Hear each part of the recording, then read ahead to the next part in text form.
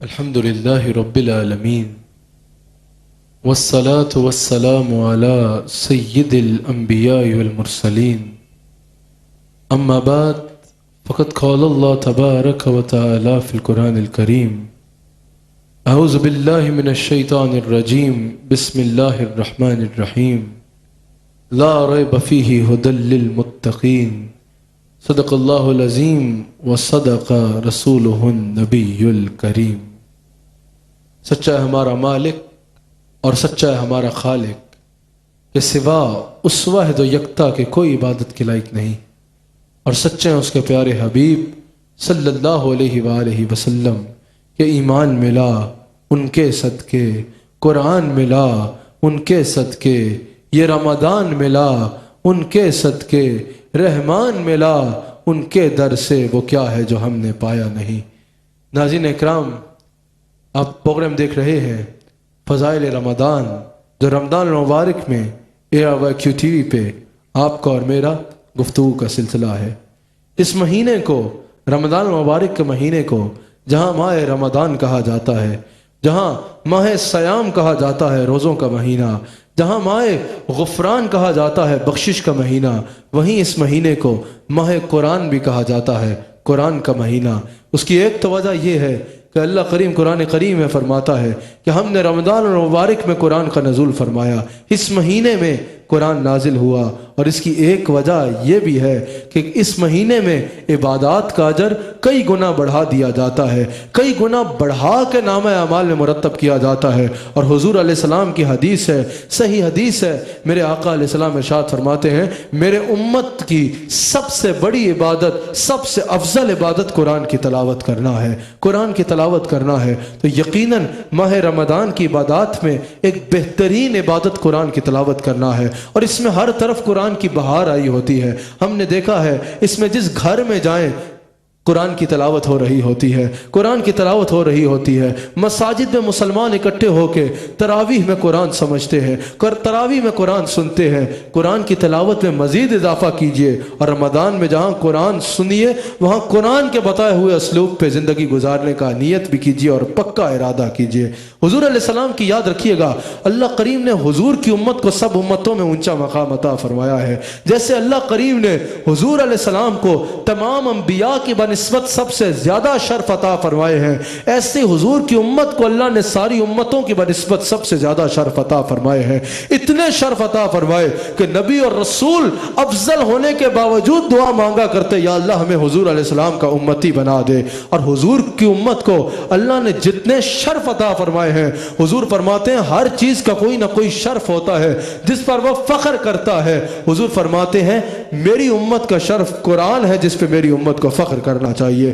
میری امت کا شرف قرآن ہے۔ اللہ کے جتنے عنایات ہیں حضور کی امت پر، حضور علیہ السلام کی امت پر، ان میں سے سب سے بڑی عنایت اور شرف یہ قرآن ہے، یہ میرے آقا علیہ السلام کا فرمان ہے۔ امام باقی اس حدیث کو نقل کرتے ہیں، حضور علیہ السلام ارشاد فرماتے ہیں قرآن کو باقی کلاموں پر اس طرح فضیلت حاصل ہے جس طرح اللہ کو ساری مخلوق پر فضیلت حاصل ہے، جس طرح اللہ کو خالق ہو کے مخلوق پر فضیلت حاصل ہے، اسی طرح قرآن کو خالق کا کلام ہو کے باقی ہر کلام پہ فضیلت حاصل ہے، باقی ہر کلام پہ فضیلت حاصل ہے۔ طبرانی میں یہ حدیث موجود ہے، میرے آقا علیہ السلام ارشاد فرماتے ہیں قرآن وہ رسی ہے۔ اس حدیث سے اندازہ لگانا قرآن اللہ اور بندے میں کیسا رشتہ قائم کرتا ہے، قرآن اللہ اور بندے میں کیسا محبت کا رشتہ قائم کرتا ہے، قرآن اللہ میں اور بندے میں کیسے رابطہ قائم کرتا ہے۔ حضرت علی کہتے ہیں نا، جب میرا دل کرتا ہے کہ اللہ مجھ سے باتیں کرے تو میں قرآن پڑھا کرتا ہوں، میں قرآن کی تلاوت کرتا ہوں، اور جب میرا دل کرتا ہے میں اللہ سے باتیں کروں تو میں نماز پڑھا کرتا ہوں۔ کہ کیسا رشتہ ہے اس حدیث سے اندازہ لگانا۔ حضور فرماتے ہیں، امام باقی نے اس حدیث کو نقل کیا کہ قرآن ایک ایسی رسی ہے جس کا ایک حصہ پڑھنے والے کے ہاتھ میں ہوتا ہے تو دوسرا حصہ اللہ کے ہاتھ میں ہوتا ہے، دوسرا حصہ خدا کے ہاتھ میں ہوتا ہے۔ قرآن کا وہ قاری، قرآن کا وہ حافظ جو صرف قرآن پڑھتا نہیں ہے، صرف قرآن حفظ نہیں کیا بلکہ قرآن کے اسلوب پہ زندگی گزارتا ہے، قرآن کے مطابق اپنی زندگی کے فیصلے کرتا ہے۔ جب قرآن یاد کیا تو اپنی زندگی کا ہر عمل قرآن کے بتائے ہوئے رستے پہ کرتا ہے۔ حضور فرماتے ہیں پھر وہ ایسی رسی تھامے ہوتا ہے جس کا ایک حصہ اس کے ہاتھ میں ہے اور دوسرا حصہ حصہ اللہ کے ہاتھ میں ہے. آج اگر کوئی ڈوب رہا ہو, ہمیں اس کو بچانا ہو, ہم پانی میں رسی پھینکتے ہیں, ایک حصہ ہمارے ہاتھ میں ہوتا ہے, دوسرا ڈوبنے والے کے ہاتھ میں پہنچ جائے تو وہ ڈوبتا نہیں ہے, وہ بچ جاتا ہے. اے انسان ذرا سوچ, اگر انسان ڈوبتے ہوئے وہ رسی تھام لے جس کا دوسرا کونا انسان کے ہاتھ میں ہے تو وہ ڈوبنے سے بچ جاتا ہے. تو جو انسان وہ رسی تھام کے رکھے گا جس کا ایک کونا اس کے ہاتھ میں ہے اور دوسرا کونا اللہ کے ہاتھ میں ہے, زمانہ اس کو گرانا چاہے گا لیکن گرا نہیں سکے گا, زمانہ اس کو ذلیل کرنا چاہے گا لیکن کر نہیں سکے گا, زمانہ اس کو پست کرنا چاہے گا لیکن قرآن اس کو بلند کر دے گا, قرآن اس کو بلند کر دے گا. بخاری میں بھی یہ حدیث موجود ہے اور صحیح مسلم میں بھی میرے مصطفیٰ کو یہ فرمان موجود ہے. حضرت عثمان غنی راوی ہے, حضور علیہ السلام ارشاد فرماتے ہیں خیرکم من تعلم القرآن وعلم, تم میں سے بہترین وہ ہے جو قرآن سیکھتا ہے اور قرآن سکھاتا ہے. آج ہم سمجھتے ہیں کہ سائنس کا علم سب سے بہتر علم ہے, آج ہم سمجھتے ہیں میڈیکل کا علم سب سے بہتر علم ہے, آج ہم سمجھتے ہیں دنیا کا علم سب سے بہتر علم ہے. کسی سے انکار نہیں ہے, تمام علوم حاصل کرنے چاہیے, لیکن حضور نے بتا دیا سب سے بہتر شاگرد وہ ہے جو قرآن سیکھتا ہے, سب سے بہتر استاد وہ ہے جو قرآن سکھاتا ہے, سب سے بہتر استاد وہ ہے جو قرآن سکھاتا ہے. لیکن پھر وہی بات, خالی قرآن سکھاتا نہیں ہے, قرآن پہ عمل بھی کرتا ہے, سیکھتا نہیں ہے بلکہ قرآن کے بتائے ہوئے رستے پہ اپنی زندگی گزارتا ہے. قرآن کی تلاوت رمضان میں اپنا معمول بنا لو, سارا سال معمول بناؤ, لیکن بالخصوص رمضان میں قرآن کی تلاوت کثرت کے ساتھ کرو. ترمذی میں یہ حدیث موجود ہے, حضور علیہ السلام کے صحابی ابو سعید خدری رضی اللہ تعالیٰ عنہ حدیث کے راوی ہیں. حضور فرماتے ہیں اگر ایک طرف ایک شخص دعا کر رہا ہے اور دوسری طرف ایک شخص قرآن کی تلاوت کر رہا ہے, اللہ تلاوت کرنے والے کو دعا کرنے والے سے زیادہ عطا فرماتا ہے, دعا کرنے والے سے زیادہ عطا فرماتا ہے. یعنی جو شخص دعا کر رہا ہے اگر اس کی دعا قبول ہو گئی تو اس کو اس کی مانگ کے مطابق ملے گا, لیکن اگر کوئی قرآن پڑھ رہا ہے اللہ اس کو اپنی شانوں کے مطابق عطا فرمائے گا, اللہ کریم اس کو اپنی شانوں کے مطابق اس کا اجر عطا فرمائے گا اور اس کی تمام حاجات کو پورا فرمائے گا. ترمذی میں یہ حدیث موجود ہے, حضرت عبداللہ بن مسعود رضی اللہ تعالیٰ عنہ اس کے راوی ہیں. حضور علیہ السلام ارشاد فرماتے ہیں جس نے قرآن کا ایک حرف بھی پڑھا, قرآن کیا خوبصورت کتاب ہے, اس کو دیکھنا بھی عبادت ہے, اس کو سننا بھی عبادت ہے اور اس کو پڑھنا افضل عبادت ہے. حضور فرماتے ہیں اگر کسی نے قرآن کا ایک حرف بھی پڑھا اللہ کریم اس کے نامہ اعمال میں 10 نیکی مرتب فرمائے گا اور وہ ایک نیکی 10 نیکیوں کے برابر ہوگی, وہ ایک نیکی 10 نیکیوں کے برابر ہوگی. اور حضور نے فرمایا میں یہ نہیں کہتا کہ الف لام میم یہ ایک حرف ہے, الف الگ حرف ہے, لام الگ حرف ہے, میم الگ حرف ہے. اگر کوئی صرف الف لام میم ہی پڑھے گا اللہ کریم اس کے نامہ اعمال میں 30 نیکیوں کا ثواب مرتب فرمائے گا,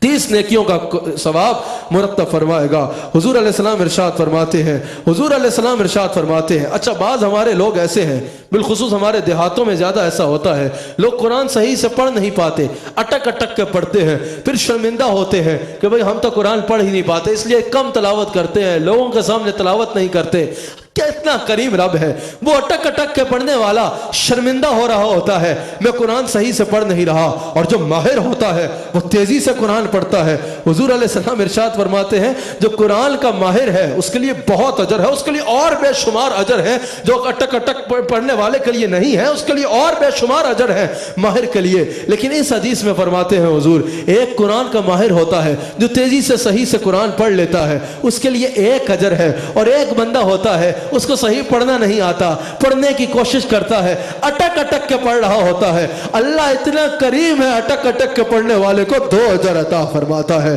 اس کے نامہ اعمال میں 2 اجر مرتب فرماتا ہے. حضور علیہ السلام ارشاد فرماتے ہیں, حضور علیہ السلام کی حدیث ہے, میرے آقا ارشاد فرماتے ہیں, حضرت عبداللہ بن عمر راوی ہیں کہ قرآن والے کو جس نے قرآن حفظ کیا, حافظ قرآن ہے جو, اللہ کریم اس سے ایسی دوستی فرماتا ہے کہ جو اس سے دوستی کرے اللہ اس کو دوست رکھتا ہے, اور جو اس سے دشمنی کرے اللہ اس سے دشمنی رکھتا ہے, اللہ اس سے دشمنی رکھتا ہے. لیکن پھر وہی بات, یہاں وہ حافظ مراد نہیں ہے جس نے قرآن پڑھ تو لیا لیکن ایک کام بھی قرآن کے مطابق نہیں کرتا, زندگی کا ایک کام بھی قرآن کے مطابق نہیں ہے، ہر کام قرآن کے مخالف جاتا ہے، اس کے لیے کوئی اجر نہیں ہے۔ یہ اجر اس کے لیے ہے کہ جب قرآن سیکھا تو پھر قرآن پہ عمل کیا، جب قرآن سیکھا تو قرآن پہ عمل کیا۔ ابو داؤد میں یہ حدیث موجود ہے، حضور علیہ السلام ارشاد فرماتے ہیں جس نے قرآن حفظ کیا اور اس پر عمل کیا، حفظ کی تو بات کی جاتی ہے، عمل والا بیان کم کیا جاتا ہے کیونکہ یہ ذرا مشکل کام ہے۔ جس نے قرآن حفظ کیا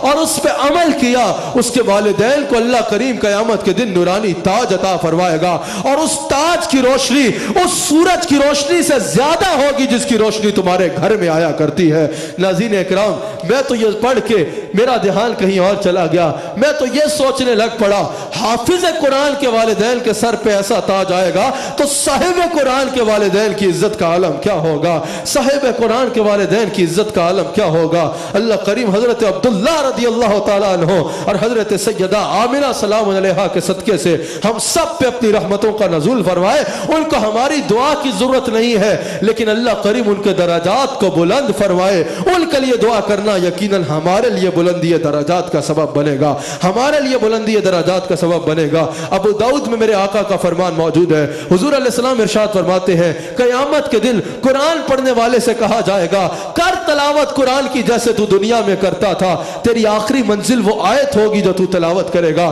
یعنی تو جتنی آیات تلاوت کرے گا ہر آیت کے بدلے تیری منازل میں اضافہ ہوگا، اور جب تک تو پڑھتا جائے گا تیری منازل میں اضافہ ہوتا جائے گا۔ تو سوچو جس کو پورا قرآن یاد ہوا، اس نے پورا قرآن سنا دیا، اللہ کریم اس کو سب سے بلند اور سب سے اعلیٰ درجہ عطا فرمائے گا، سب سے اعلیٰ درجہ عطا فرمائے گا۔ ترمذی میں یہ حدیث موجود ہے، مولا کائنات، مولا کل کائنات حضرت علی رضی اللہ تعالیٰ عنہ اس کے راوی ہیں، حضور علیہ السلام ارشاد فرماتے ہیں جس نے قرآن حفظ کیا، اس کے حلال کو حلال جانا۔ دیکھیں ہر فضیلت، ہر حافظ کی فضیلت میں یہ بات ساتھ آ رہی ہے، نہ صرف قرآن حفظ کیا بلکہ قرآن کے حلال کو حلال جانا اور قرآن کے حرام کو حرام جانا، اس سے اللہ کریم جنت میں داخل فرمائے گا۔ اور اس کا یہ مقام ہے اس حافظ قرآن کا جو قرآن کے اسلوب پہ زندگی گزارتا ہے کہ صرف وہ جنت میں نہیں جائے گا، اللہ اس کو اختیار دے گا تو بس اپنے خاندان کے یا اپنے عزیزوں کے ایسے لوگوں کی شفاعت کر جن پہ جہنم واجب ہو چکی ہے، ہم تیری شفاعت پہ ان کو جنت عطا فرمائیں گے، ہم تیری شفاعت پہ ان کو جنت عطا فرمائیں گے، تیری شفاعت پہ ان کو جنت عطا فرمائیں گے۔ حضور علیہ السلام کی حدیث ہے، صحیح مسلم میں میرے آقا کا یہ فرمان موجود ہے، حضرت ابو ہریرہ رضی اللہ تعالیٰ عنہ اس کے راوی ہیں، حضور علیہ السلام ارشاد فرماتے ہیں جب لوگ اللہ کے گھر میں اکٹھے ہوتے ہیں اور قرآن کی تلاوت کرتے ہیں، رمضانیے میں یہ موقع روزانہ آتا ہے، تراویح میں کتنے لوگ اللہ کے گھر میں اکٹھے ہوتے ہیں، قرآن کی تلاوت کرتے ہیں، حضور فرماتے ہیں جب لوگ اجتماعی صورت میں اللہ کے گھر میں اکٹھے ہوتے ہیں، قرآن کی تلاوت کرتے ہیں، اللہ ان پہ سکینہ نازل فرماتا ہے، اللہ کی رحمت ان کو اپنی آغوش میں لے لیتی ہے، فرشتے اپنے پروں سے اس مجلس کو ڈھانپ لیتے ہیں اور اللہ مقرب فرشتوں میں ان کا ذکر فرماتا ہے۔ رمضان میں تراویح با جماعت پڑھو، تم پہ سکینہ نازل ہوگا، اللہ کی رحمت تمہیں اپنی آغوش میں لے لے گی، فرشتے اپنے پروں سے رحمت کے فرشتے تمہیں ڈھانپ لیں گے، تم یہاں قرآن کے ذریعے اللہ کا ذکر کرو، وہاں اللہ کریم اپنے مقرب فرشتوں میں تمہارا ذکر فرمائے گا، اپنے مقرب فرشتوں میں تمہارا ذکر فرمائے گا۔ میرے آقا علیہ السلام ارشاد فرماتے ہیں وہ گھر جن میں قرآن کی تلاوت کی جاتی ہے ان گھروں میں اللہ وسعت عطا کرتا ہے، اس گھر کے رزق میں اللہ وسعت دیتا ہے۔ رزق کی تنگی ہے نا، آج ہمارے معاشرے کی عجیب حالت ہے، کوئی بیماری ہوگی پتہ چلے بھئی 100 کلومیٹر دور ایک بابا جی بیٹھے ہیں، وہ موم بتی دیں گے وہ جلانے سے کام ٹھیک ہو جائے گا، وہ 200 کلومیٹر ایک بابا جی بیٹھے ہیں، وہ ایک ڈنڈا لگائیں گے تمہیں تمہاری تکلیف دور ہو گئی ہے،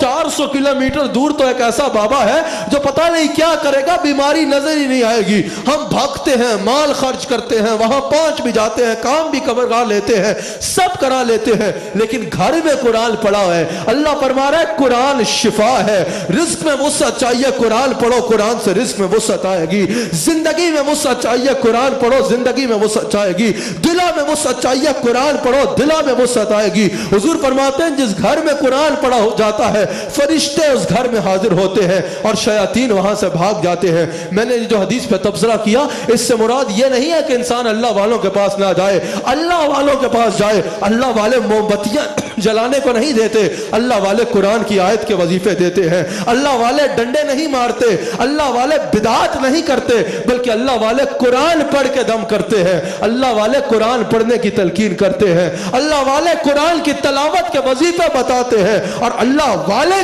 کے ساتھ بیٹھ کے جو اللہ کے ذکر کا مزہ آتا ہے, اللہ اللہ کا مزہ مرشد کے میں خانے میں ہے. جو اللہ والوں کی صحبت میں بیٹھ کے انسان کو اللہ کے ذکر کا مزہ آتا ہے, وہ اپنے گھر میں نہیں ملتا. قرآن کی تلاوت کرو, اور اگر یہ پتا چلے نا کہ ہزاروں میل دور بھی کوئی اللہ والا ہے, اس کے پاس جا کے بیٹھو تو وہ دل کو اللہ کے ذکر سے آباد کرتا ہے. وہاں جاؤ, ڈنڈے مروانے والوں اور مومبتیوں والوں کے پاس جا کے وقت ضائع نہ کرو, بلکہ وہاں جاؤ جو تمہارے دل کو اللہ کے ذکر سے آباد کرتا ہے. اس اللہ والے کے پاس جاؤ جو تمہارے دل کو اللہ کے ذکر سے آباد کرتا ہے. یا اللہ یا کریم, ہم سب کے دلوں میں قرآن کا نور عطا فرما دے, اور یا اللہ یا کریم ہمیں قرآن کے بتائے ہوئے اسلوب پہ زندگی کے معاملات اور زندگی کے لیل و نہار گزارنے کی توفیق عطا فرما. ناظرین, کل آپ سے اسی وقت پھر ملاقات ہوگی. اللہ کی